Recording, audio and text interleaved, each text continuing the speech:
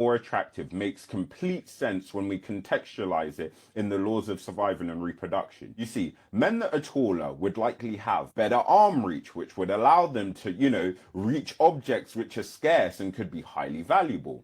Men that are taller also generally weigh more and are stronger, which is of course an advantage in combat. Furthermore, men that are Yeah. taller are simply bigger and more intimidating, which would have been useful in scaring off predators that didn't know what humans were capable of. Guys, when we consider these characteristics, taller men would increase a woman's chances of their offspring surviving and then being able to go on and reproduce themselves. Women find Yeah, he's right. And I've said this before, women preferring taller men has always been, it's biological, right? It's biological. But I think it does get played out extensively because if you realize that even if you go back into the caveman days, most men were not that tall. You got to understand that. Most men were not that tall. The average, if I remember correctly, the average height back then in the cave was like 5'2" or 5'3" or something like that because you have to be stout. I agree. I understand where he's coming from, but it's not like you had 6'6" guys just walking around back in the caveman days because it was scarce.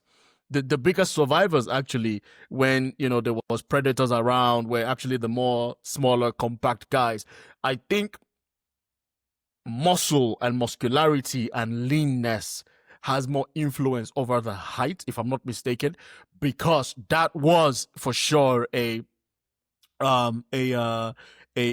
also it was also an indication of survival instinct, and your ability to survive.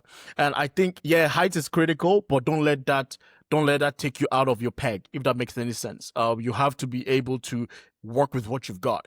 My issue here is with the black pill guys, in 2025, where you say, "Oh, I am not, 6'6" or I'm not 6'3", therefore I am doomed." And that's wrong. You shouldn't look at life like that. You should always look at life from working with what you've got.